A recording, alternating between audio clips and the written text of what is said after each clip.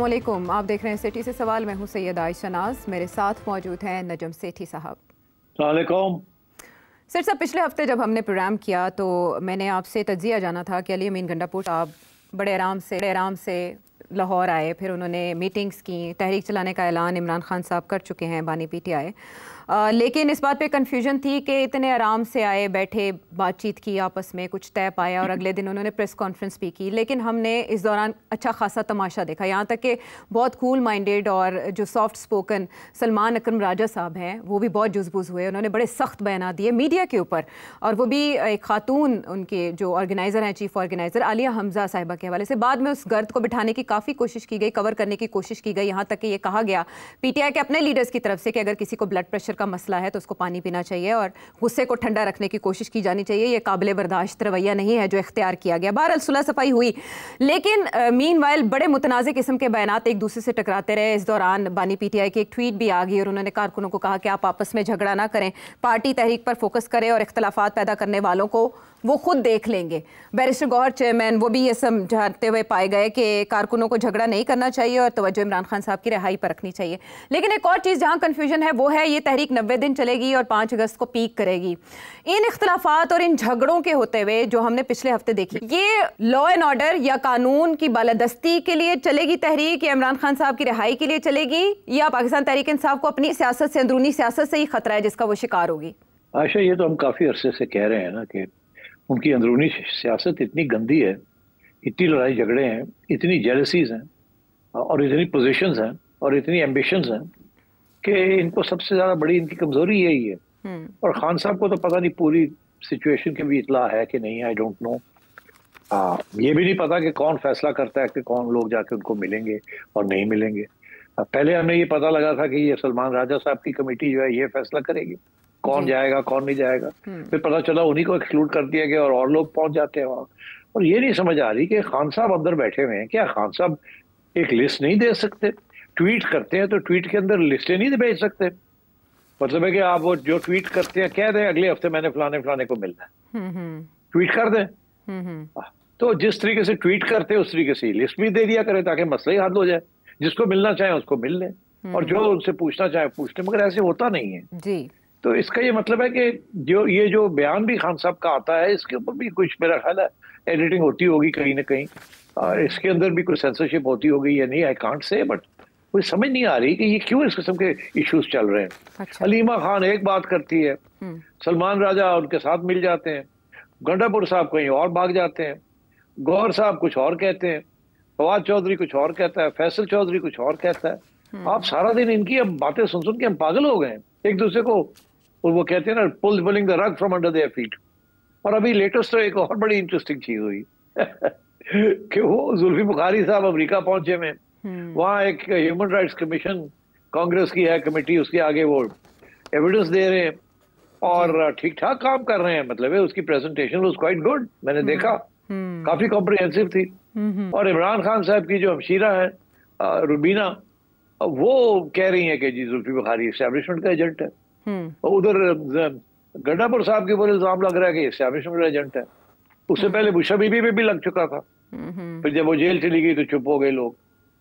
तो अब मतलब है कि ये व्हाट्स गोइंग ऑन, और इसलिए ये कोई कहता है 5 तारीख, कोई कहता है 3 महीने। तो मेरे से क्या तबसरा मांग रहे हैं? असल में तबसरा इस बात पे भी सेठ साहब, मैं आपके तबसरे से 2 और सवाल फूटते हैं, लेकिन उसके लिए मैं 2 स्टेटमेंट्स शामिल करना चाहूंगी। एक तो आपने अभी जुल्फी बुखारी साहब का जिक्र किया, क्या उनको बुशरा बीबी की वजह से टारगेट किया जा रहा है? एक जमाने में ये बड़े करीब थे बुशरा बीबी के, और उसके बाद फिर दूर हो गए और बुशरा बीबी भी नाराज रही इनसे।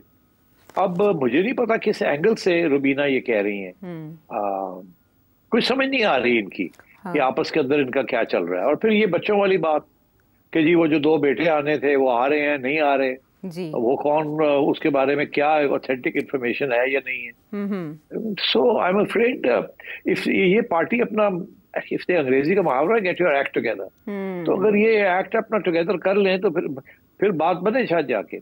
मगर अब बात ये है जी, एक और भी तो प्रॉब्लम है ना। वो प्रॉब्लम वही है कि खान साहब जेल में बैठे हुए, खान साहब वहां से ऐसे ऐसे हुक्म देते हैं जो इम्प्लीमेंट ही नहीं हो सकते ग्राउंड पे। अब किसी की हिम्मत नहीं है खान साहब को जाके कहना कि खान साहब लोग बाहर नहीं निकलेंगे। आप अल्टीमेटम देते रहते हैं, डेटे देते रहते हैं, आप कहते हैं जी इकट्ठे करो लोग। अब हम कहाँ से करें, लोग नहीं तैयार निकलने के लिए। बड़ी बड़ी तंगी है निकलने की। यहाँ तक कि पीटीआई के अपने लोग बड़े डरते हैं, जो सीनियर लीडर्स हैं, कि सानू फड़ के ले जाएंगे, और फड़ के ले जाएंगे तो सुट देंगे, और चाबी जड़ी हो नहर सुट देंगे असी सारी, अगले 6 महीने फिर अंदर ही रवांगे। तो अब इस किस्म की सिचुएशन है, और खान साहब डेट्स पे डेट्स दे ही जाते हैं। तो अब I don't know where this is going. और मुझे तो ऐसे लगता है कि ये गड्ढापुर साहब के खिलाफ एक महाज बंदा बनता है, फिर टूट जाता है, फिर बनता है, फिर टूट जाता है। और मैं आपको एक बात बताऊं, Gandapur is a very very cunning politician. उन्होंने अपने आप को सेट किया हुआ है। ये सारा ड्रामा लाहौर आना, ये भी सारा ड्रामा था, दिखाने के लिए कि मैं तो तैयार हूं, मैं देखे कितनी गाड़ियां लेके आया हूं, मैं ये कर रहा हूं, मैं वो कर रहा हूं। और फिर यहाँ आके किसी को दावत भी नहीं दी कि आ जाओ, इसीलिए लोग नाराज हैं। सलमान राजा को भी नहीं बुलाया, वो खुद ही चला गया। आलिया को नहीं बुलाया, वो नाराज हो गई कि जी मैं मेन ऑर्गेनाइजर हूँ पंजाब की, और मुझे आप दावत भी नहीं देते। और वो तो मतलब है कि आप कुछ प्रेस कॉन्फ्रेंसेस कर रहे हैं, आप आके यहाँ लोगों को इकट्ठा कर रहे हैं और मुझे बुला नहीं रहे। तो इस किस्म के इश्यूज चल रहे हैं इनके, इंटरनल लड़ाई झगड़े। और खान साहब इज द मैन जो इसको हल कर सकता है, but he is not doing it. तो इससे ये भी फिर शक शुबात होते हैं कि खान साहब को या पूरी इंफॉर्मेशन नहीं पता, या वो नहीं चाहते कि यहाँ बाहर कोई एक लीडर बने, क्योंकि अगर एक कोई लीडर बन गया तो शायद उनकी उसकी अहमियत बन जाए। तो वो डिवाइड एंड रूल पार्टी को चलाना चाहते हैं। और ये by the way this is not unusual, leaders करते हैं ऐसे, ग्रुप्स बना के रखते हैं ताकि आपस में उनके लड़ाई झगड़े होते रहो, और जो मेन लीडर है उसके पास आए अपने मसाइल को हल करने के लिए। तो ये भी एक किस्म की सियासत होती है। बट आई थिंक ये जो डेटे खान साहब देते रहते हैं ना, this is not helping the case, this is not helping the case. ये यहाँ पर बहुत से सवाल उठते हैं, वाकई डिवाइड एंड रूल वाली पॉलिसी पीटीआई को उल्टा पड़ रही है। और आपने कहा कि वो पैगाम स्ट्रेट फॉरवर्ड क्यों नहीं देते, या तो उन तक सही इन्फॉर्मेशन नहीं पहुंचती। तो फैसल चौधरी साहब ये कह रहे हैं कि इमरान खान साहब के पैगामात के साथ छेड़छाड़ की जाती है। इसके अलावा उन्होंने एक और बड़ी अहम स्टेटमेंट दी जो शायद सोल्यूशन है सिचुएशन का इकलौता। फवाद चौधरी साहब भी ऐसी बातें कर रहे हैं। तो क़यादत की तब्दीली आखिरी ऑप्शन रह गई है इमरान खान साहब के पास, अगर रिहा होना चाहते हैं? अभी तो है ही नहीं कोई क़यादत। कौन है इनकी पार्टी का बंदा जो बाहर है जिसके पास क़यादत है? गौहर है, सलमान है, गंडापुर है, हलीमा है, आलिया है, जुनेद है, कौन है? बैरिस्टर्स और हैं कोई? कौन है? मुझे तो समझ नहीं आती किसकी बात सुने और किसकी बात ना सुने। और मैं इसीलिए कहता हूँ कि या तो होता ना कि यार दो मेन लीडर्स होते बाहर, यहाँ तो उन्हें कहते रोड़ा सट्टो एक लीडर नजर आ जाता है, अपने बयान दे देता है। तो ये क्लैरिटी इमरान खान साहब को ही देनी पड़ेगी। लेकिन फिर उनके पैगामात के साथ भी छेड़छाड़ होती है। सिट साहब, तो पैगामात आते कैसे हैं बाहर? ये कहा जाता था पहले, ये फ़र्ज़ किया जाता था, ये शक का इजहार किया जाता था कि अलीमा खान साहिबा चलाती हैं उनका ट्विटर अकाउंट। तो पैगामात के साथ छेड़छाड़ करके उनको क्या मिलेगा? मुझे तो यही लगता है कि जब वो बात करते हैं तो लोग जो भी उनके साथ होते हैं वो पॉइंट्स नोट कर लेते हैं, और पॉइंट्स नोट करके भेज देते हैं। और फिर कोई एक दो साहब हैं वो बैठ के फिर कुछ बनाते हैं, उसको एक दो लोग चेक करते हैं और फिर वो ट्वीट कर देते हैं खान साहब के अकाउंट से। कुछ इसी किस्म की कोई चीज़ होती होगी, because Khan Sahab can't write sitting in jail, he can't write out these long things tweets. वो तो कोई ना कोई करता है, तो पॉइंट्स मिलते होंगे तो करते होंगे ना। और फिर कुछ चीज़ें वैसे ही डाल देते हैं जो कि ज़रूरी होती हैं एक स्टेटमेंट में देने के लिए। ठीक है, यानी अब अगर क्लैरिटी आएगी सिचुएशन में तो इमरान खान साहब के ट्वीट के ज़रिए आ सकती है, वो भी अगर उनके पैगामात सेंसर ना किए जाते हों। बहुत से अभाम मौजूद है जिनका जवाब मिलना बहुत ज़रूरी है। और ये तहरीक 90 दिन चलेगी, कैसे चलेगी? मीटिंग्स ऑर्गेनाइज़ करने से चलेगी, क्योंकि अली अमीन गंडापुर साहब लाहौर में मीटिंग करके गए हैं। उसके बाद वो कह रहे हैं सिंध का रुख भी करेंगे, मुख्तलिफ मकामात पर मुख्तलिफ मीटिंग्स होंगी, और उसके बाद जाके 5 अगस्त के करीब पीक पे जाएगी ये तहरीक। तो फिर इसका रिजल्ट क्या निकलेगा? चलें इस पर जी। नहीं, एक सेकंड देखो ना, अभी आप कह रही हो वो सिंध भी जाएंगे, इधर भी जाएंगे जी। तो अरे भाई, जो यहाँ के जो लोग ऑर्गेनाइजर्स हैं मेन, उनको तो आप दावत नहीं दे रहे, उनको तो साथ लेके नहीं चल रहे आप। तो आपका मकसद क्या है? आप लाहौर आते हैं, आप कहते हैं जी पंजाब में हमने तहरीक चलानी है, आहिस्ता आहिस्ता इसको बढ़ाना है, 5 तारीख पहले आएगी, फिर अगले 90 दिन चलेगी, और पीक जो है एक खुद इसके बयान जो है ना गंडापुर के, वो एक दफा कहता है कि ये 5 तारीख को पीक होगी। ये डिलिबरेटली कंफ्यूज किया जा रहा है। और ये जो है जी हम पंजाब आ गए, और पंजाब में आके पंजाब ऑर्गेनाइजर्स के साथ उनको घास नहीं डाला, अपनी 2-3 प्रेस कॉन्फ्रेंसेस की अपनी अहमियत देने के लिए। अब अगर वो कह रहे हैं कि मैं सिंध जा रहा हूँ, वहां भी यही होगा। वो सिंधी जो वहां के ऑर्गेनाइजर्स हैं या वहां के जो करता धरते हैं उनको साथ नहीं लेंगे, ताकि ये ना हो कि जनाब इनकी अहमियत जो है वो कम हो। He is trying to become a national leader of the PTI, हालांकि he is only the leader of the PTI KP in the assembly. वहां भी इमरान खान साहब ने किसी और साहब के हवाले, जुनेद साहब के हवाले किया हुआ है कि जी आप ऑर्गेनाइजर आप हैं, जैसे पंजाब में आलिया के हवाले किया हुआ है। तो मतलब है कि Gandapur is just the lead parliamentary leader of the party, और वो नेशनल पीटीआई लीडर बनना चाह रहे हैं। अब ये सारा दौरा जो कर रहे हैं, तो इसके बाद फिर यही शक शुबा होता है ना कि अगर खुदा न ख्वास्ता खान साहब लीडर नहीं रहते फॉर वन रीजन और अनदर ऑफ पीटीआई, तो गंडापुर इज पोजिशनिंग हिमसेल्फ, क्योंकि गंडापुर का बेस तो है ना केपी में, जी। Is not positioning himself to be the alternative leader to Imran Khan. तो अच्छा इसमें किसका फायदा किसका नुकसान है, अब रहने देना। ट्रोजन हॉर्स साबित हो सकते हैं अली अमीन गंडापुर साहब। आप समझ जाएं फिर किसका फायदा किसका नुकसान। गंडापुर बहुत क्लेवर और कनिंग पॉलिटिशियन है। वो इस वक्त एस्टैब्लिशमेंट के साथ भी राब्ते में है, इमरान खान साहब के भी राब्ते में है, अपने सपोर्ट बेस के भी राब्ते में है। Don't under estimate Gandapur. और इस गवर्नमेंट के साथ भी अच्छे रवाबित हैं। हाँ बिल्कुल, बिकॉज ही हैज टू ना as provincial chief minister, federal government के साथ तो काम करना है ना उन्होंने, उसके बगैर तो काम नहीं चलता।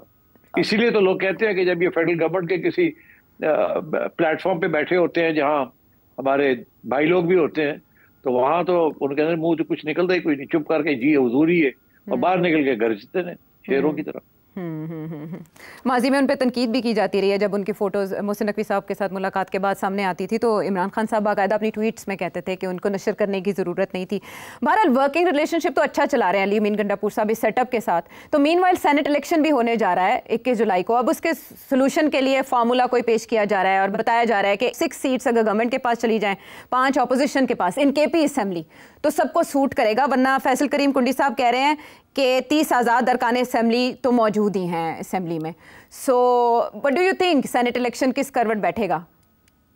आई थिंक इनकी हो जाएगा समझौता आपस में सबका मौलाना का भी, पीपल्स पार्टी का भी और नून लीग का भी, और ये बैठे होंगे वहां पर जैसे कहते हैं ना वल्चर की तरह ऊपर बैठे हुए कि थोड़ी जब भी जरूरत पड़े, अब गवर्नर रूल की जरूरत ना पड़े, हम वैसे ही सीज कर ले असेंबली। और यही प्लान था कि we should have an option जी कि governor's rule is not a good idea. Option यही है कि असेंबली के अंदर अगर जरूरत पड़े तो seize power in the assembly. और ये रिजर्व सीट्स के बाद I think they're in a position to put together a coalition government, जैसे उन्होंने इस्लामाबाद में की है, केपी में भी कर सकते हैं। लेन देन ही होता ना, politicians are very good at लेन देन, नेवर अंडर एस्टिमेट दैट। ठीक है। और भी बहुत से मामलात हमारे मुल्क में, एक स्कैंडल, हुकूमतें तो मुस्तकिल नहीं है, स्कैंडल मुस्तकिल है, वो क्या है और उसका सोल्यूशन क्या है? ब्रेक के बाद आके उस पर बात करेंगे। सिर्फ एक ही क्या सोल्यूशन है? Welcome back to the show. और अब वो मुस्तकिल मसाइल जो हर हुकूमत में होते हैं वो है गंदम और चीनी का स्कैंडल। इमरान खान साहब के दौर में भी एक स्कैंडल आया बड़ा, जिसके लिए बाकायदा JIT बनी और फिर उसकी रिपोर्ट कैबिनेट के अप्रूवल के बाद पब्लिश भी की गई, नाम भी सबके सामने आ गए, लेकिन ये स्कैंडल आज तक हल नहीं हो सका। और हर साल ये मामला सामने आता है कि पहले एक्सपोर्ट कर दी जाती है और उसके बाद फिर इम्पोर्ट के लिए टेंडर जारी किया जाता है। लेकिन सेठी साहब अब की बार IMF आड़े आया। IMF ने बाकायदा एहतजाज किया, रिजर्वेशंस का इजहार किया कि आपने जो हमारी लगाई गई शराइत है उनकी खिलाफ वर्जी की है। तो अब एक कमेटी वज़ीर आज़म ने बना दी है जो 30 दिन, यानी इतना लंबा अरसा 30 दिन का दिया गया, वो अपनी सिफारिशात पेश करेगी कि इस शोबे को कैसे ठीक किया जा सकता है। तो इसके लिए अब कुछ सजेशंस ऐसे हैं कि इसको डीरेगुलेट कर दिया जाए, इससे हुकूमत की जो मुदाखलत है उससे बिल्कुल आज़ाद कर देना चाहिए। फवाद हसन फवाद साहब जो मुस्लिम लीग नून के एक अहम रहनुमा भी हैं और गुज़श्ता दौरे हुकूमत में वज़ीर भी रहे, उन्होंने भी अपनी ट्वीट में निशाना बनाया क्रिटिसिज्म का हुकूमत की पॉलिसी को। तो कैसे ये स्कैंडल से जान छूट सकती है? नहीं छूट सकती, जो हुकूमत भी आएगी इससे जान नहीं छुटा सकती। उसकी वजह यह है कि हर पार्टी के जो लीडर्स हैं, एक्सेप्ट फॉर इमरान खान, मगर उसके भी बाकी लीडर्स जो बड़े लोग हैं, they are all sugar mill owners. It's the biggest source of income for these people. और ये 8-9 ग्रुप्स हैं और हर सियासी जमात, हर बड़ी फैमिली इज रिप्रेजेंटेड। और ये शुगर मिल का जो सारा चक्कर ही है कि इसीलिए इजाज़त दी गई थी ताकि ये लोग पैसे बनाएं और फिर ये इन्वेस्टमेंट करें अपनी सियासत में, और फिर इस शुगर मिल की जो सोर्स ऑफ इनकम है इसको बरकरार रखें। It is the single largest source of income for politicians. Her politician जिसके पास शुगर मिल है, वो बिजनेसमैन भी है और पॉलिटिशियन भी है। आप गिन लें, किसी फैमिली का नाम ले लें, आप किसी सीनियर लीडर का नाम ले लें, they all have sugar mills. और एक जमाना तो था कि लोन भी पाकिस्तानी बैंक्स देते थे शुगर मिल लगाने के लिए, और शुगर मिल की जो मशीनरी है वो भी पाकिस्तान में बनती थी, और सारे जो पैसे थे वो भी कुछ कच्चे में होते थे और कुछ पक्के में होते थे। वो अभी मैं पढ़ रहा था कहीं कि अगर सिर्फ शुगर मिल की प्रॉफिट्स को सही तरीके से जज कर लिया जाए और टैक्स कर लिया जाए तो आपका जो सारा फिस्कल डिफिसिट है ये उड़ जाएगा। तो इसलिए आई थिंक कोई गवर्नमेंट, कोई प्राइम मिनिस्टर शुगर मिल के जो ओनर्स हैं उनको टेक ऑन नहीं कर सकता। अब फॉर एग्जांपल शुगर मिल जो एसोसिएशन है उसके जो प्रेसिडेंट साहब हैं वो पीपल्स पार्टी के मेंबर है। He is the one who is in charge of the whole sugar mill association and so on. तो ये सारी सियासत है, और अगर आपका ख्याल है कि इसको मसला हल हो जाएगा तो ये नहीं होगा। मैं क्या कहूँ। तो आईएमएफ के एतराज का क्या होगा, उसको कैसे दूर किया? आईएमएफ ने एतराज यही किया कि आपने क्यों इजाजत दे दी इंपोर्ट की विदाउट ड्यूटीज और एक्सपोर्ट की सब्सिडी क्यों दे रहे हैं आप। वो सही कह रहा है। देखिए ना, अगर वो बंद कर दें तो फिर इनको पैसे नहीं बनेंगे ना। अब ये जो सारा है कि हम डीरेगुलेट कर देते हैं जी बिल्कुल कोई डीरेगुलेशन नहीं होनी। जब तक सब्सिडी देंगे शुगर मिल वालों को, और जब तक ये इंपोर्ट और एक्सपोर्ट चलती रहेगी इस तरीके के साथ, ये मसला हल नहीं होगा। आपको पता होना चाहिए गवर्नमेंट को कि कितने शुगर प्रोड्यूस हो रही है, कितनी डिमांड है, क्या जरूरत है इंपोर्ट करने की या नहीं। They don't have a handle on it. Cabinet में लोग बैठे हुए हैं जो शुगर मिल ओनर्स हैं, या अलायंस पार्टनर्स हैं जो शुगर मिल ओनर्स हैं। तो ये आप देखिए, मैं एक बात बताऊं आपको, ये वीट का और शुगर का जो इशू है ये मैं आपको बताता हूँ। जो मेन इशू है, मेन ये है कि शुगर केन जो है वो फार्मर उगाता है, गंदम जो है वो फार्मर करता है। अब फार्मर ये चाहेगा कि भाई मुझे अच्छी कीमतें मिलें जब मैं बेचने जाऊं। फिर अगर अच्छी कीमत मिलेगी अपने गंदम की या अपनी शुगर जो मैं गन्ना लगाता हूँ और जो रॉ शुगर बनाता हूँ निकालता हूँ, तो फिर मैं उगाऊंगा। अगर अच्छी कीमत नहीं मिलेगी तो मैं क्यों उगाऊं? मैं कॉटन उगा सकता हूँ, मैं और भी कुछ कर सकता हूँ जी। तो होता ये है कि ये सिर्फ पाकिस्तान में नहीं, ऑल ओवर द वर्ल्ड दो इंटरेस्टिंग डेवलपमेंट्स होती हैं। एक ये कि फार्मर जो है वो कहता है मुझे हाई से हाई प्राइस मिले, उसकी इनकम है। मगर जो शहरी लोग हैं जो वो इस्तेमाल करते हैं उनकी प्रोडक्शन, गंदम हो जाए शुगर हो जाए, वो कहते हैं हमें सस्ती से सस्ती मिले। इसे इकोनॉमिक्स के अंदर कहते हैं सीजर्स क्राइसिस, कि एक सीजर जो है वो कहती है ज्यादा और दूसरी सीजर जो है कहती है वो कम। अच्छा। मजदूर तबका, शहरी लोग तो कहते हैं गंदम सस्ती मिलनी चाहिए। जो लोग प्रोड्यूस करते हैं वो कहते हैं महंगी बेचेंगे हम। तो ये जो सारी दुनिया में ऐसे है कि एग्रीकल्चरल प्रोडक्ट्स को सब्सिडी भी दी जाती है।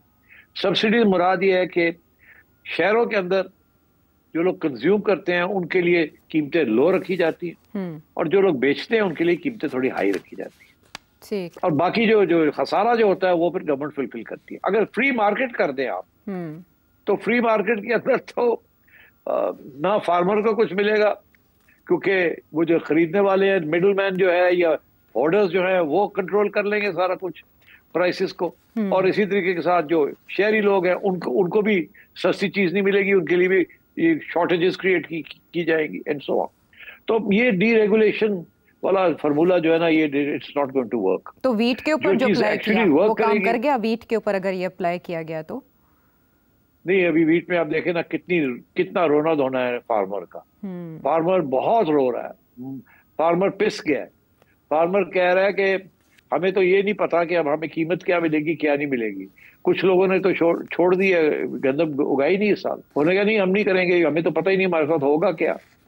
तो इसलिए, और ये जो क्योंकि गवर्नमेंट के पास ये राइट है कि मैं इंपोर्ट करूं या एक्सपोर्ट करूं, तो वो भी, और इन्होंने पूरी कॉर्पोरेशन बनाई हुई है, ट्रेडिंग कॉर्पोरेशन, पाकिस्तान, फलाना ढिगड़ा। फिर ये कि जी इतने स्टॉक्स जो है वो रिजर्व्स में रखने हैं हमने, तो ये सारी चीजें जो है ये एक सेकंड में डीरेगुलेट नहीं हो सकती, और अगर डीरेगुलेट भी होती है तो फिर you have to be alert.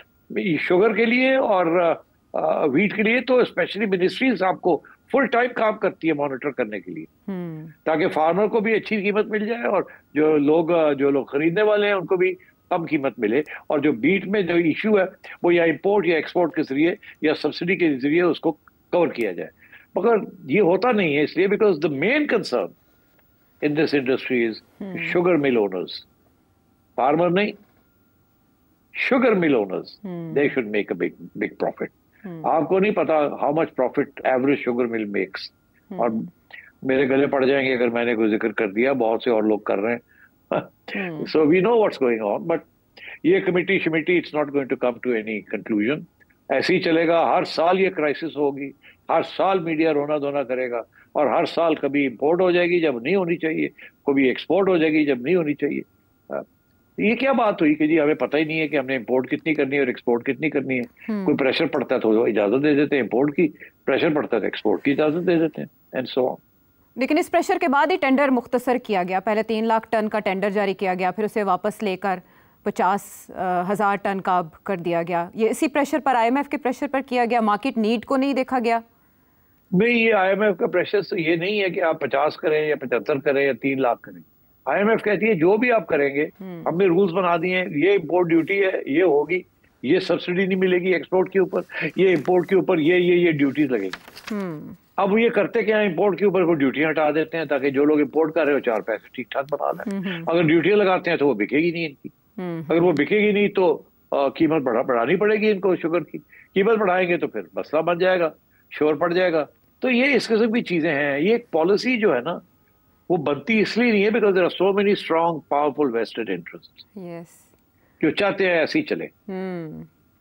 ठीक है, वही बात कि छुरी गिरे खरबूजे पर या खरबूजा छुरी पर, दोनों सूरतों में पिस्ता या कटता खरबूजा ही है। तो आवाम के लिए ही हर साल कीमतों में इजाफा हो जाता है। स्कैंडल के आने के बाद 20-30 रुपए शुगर की कीमत, चीनी की कीमत बढ़ जाती है। ज़ाहिर है जो आवाम पे करते हैं, अगर टैक्स IMF लगवाएगा तब भी आवाम भरेगी, और अगर शॉर्टेज होती है तो तभी महंगी चीनी आवाम ही खरीदेंगे। है सारा का कजिया चीनी का। हम वापस आते प्रोग्राम में एक ब्रेक के बाद।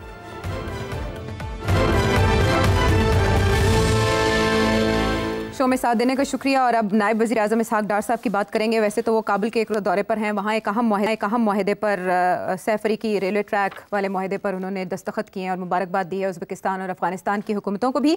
लेकिन उनकी जानिब से ऐसे बयानात तवातर से आते रहे हैं सेठी साहब जो ख़ासे अहमियत के हामिल हैं। जैसे उन्होंने अमेरिका के हवाले से कहा कि अगर हमारे अच्छे टर्म्स हैं अमेरिका के साथ तो इसका ये मतलब नहीं है कि अमेरिका की हर बात मान ली जाए।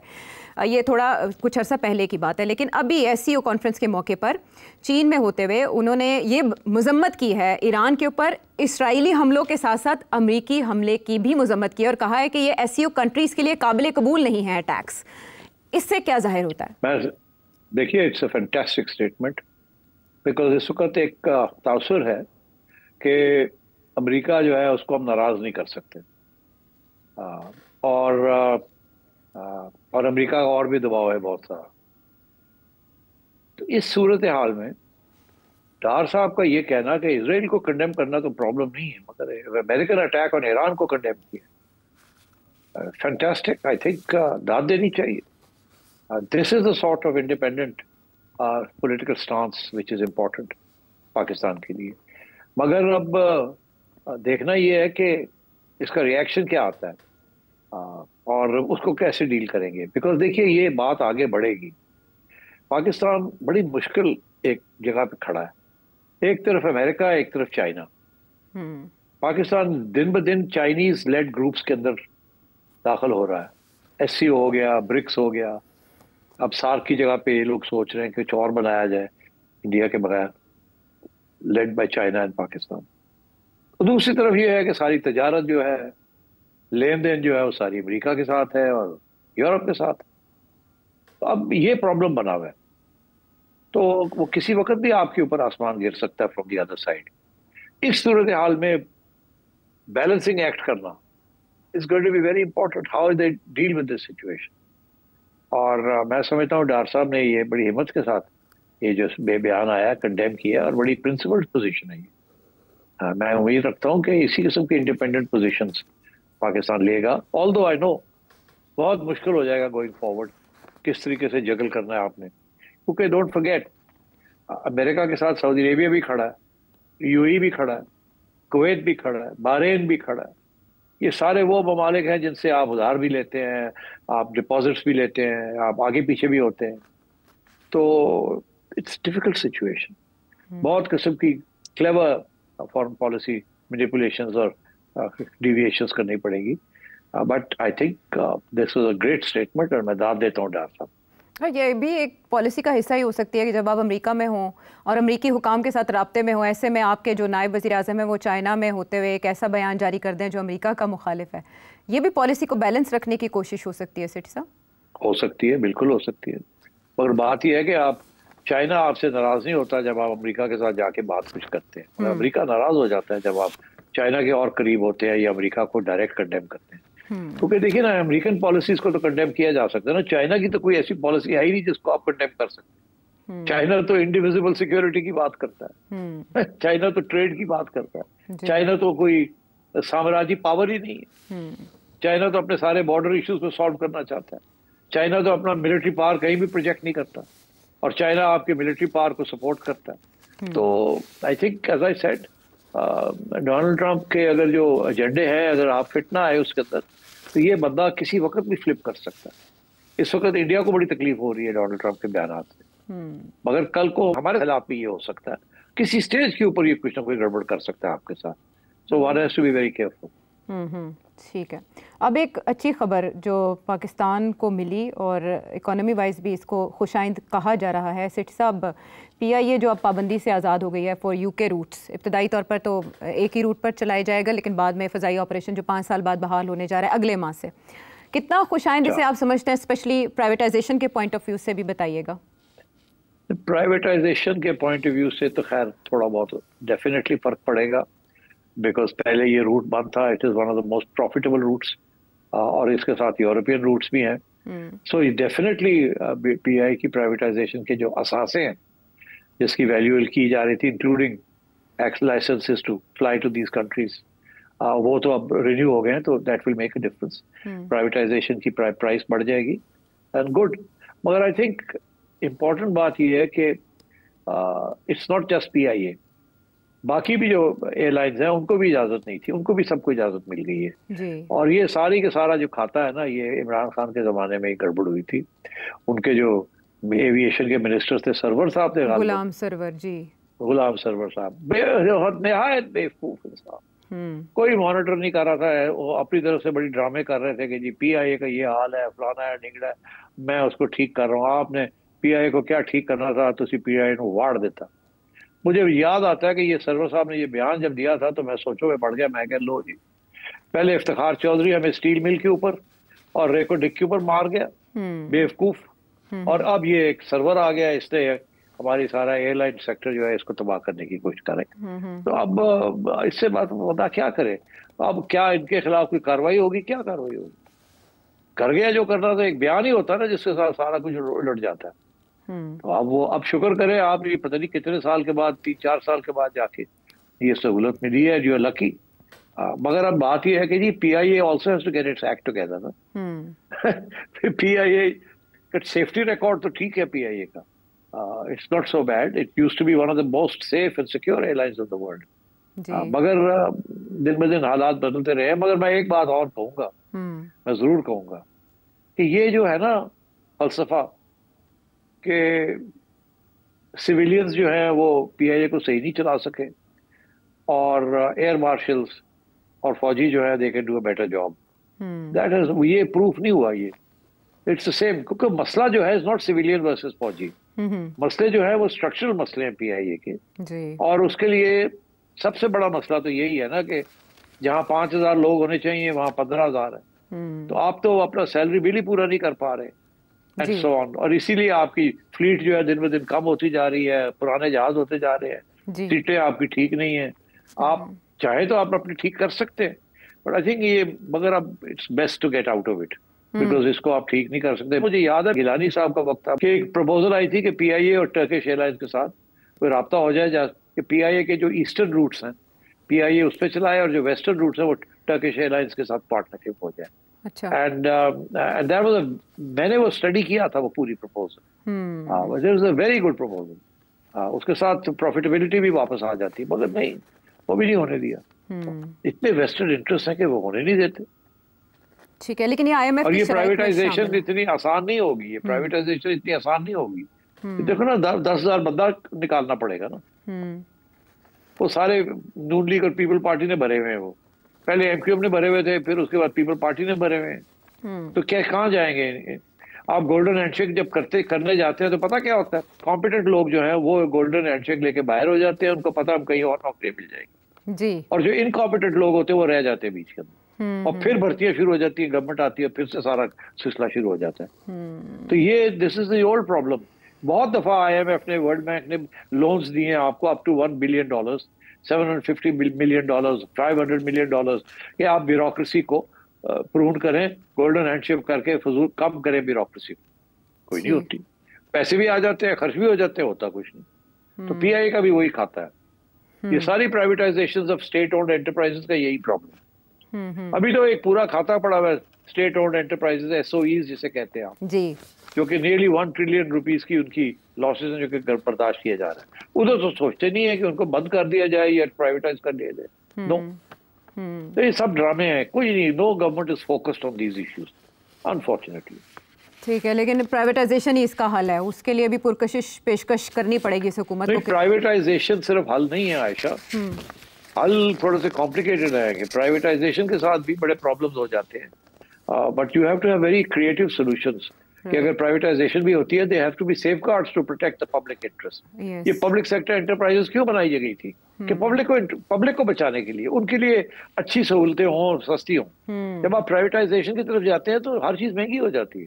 तो प्राइवेटाइजेशन तो लॉस नहीं ले सकती ना। अब सवाल ये है कि क्या प्राइवेटाइजेशन ज्यादा एफिशिएंट होती है या नहीं। फ्रांस के अंदर ब्यूरोक्रेसी बड़ी एफिशिएंट है, ठीक है। वेस्टर्न कंट्रीज के अंदर ब्यूरोक्रेसी एफिशिएंट है, ईस्टर्न कंट्रीज के अंदर bureaucracy is not efficient, totally corrupt. अब इंडिया में भी प्राइवेटाइज किया गया एयरलाइंस को, तो क्या रिजल्ट निकला? हाँ, वहाँ किया उन्होंने, वहाँ बहुत बड़े बड़े सरमायादार हैं और उनके साथ जो टर्म्स एंड कंडीशंस लगाई गई हैं, दे वर मच बेटर देन जो आपको यहाँ होगा। यहाँ तो वो खुली छुट्टी हो जाएगी, देखिएगा क्या होता है। ठीक है, नेक नियति बहुत जरूरी है। अगर पब्लिक प्राइवेट पार्टनरशिप हो तो शायद they may be a better option.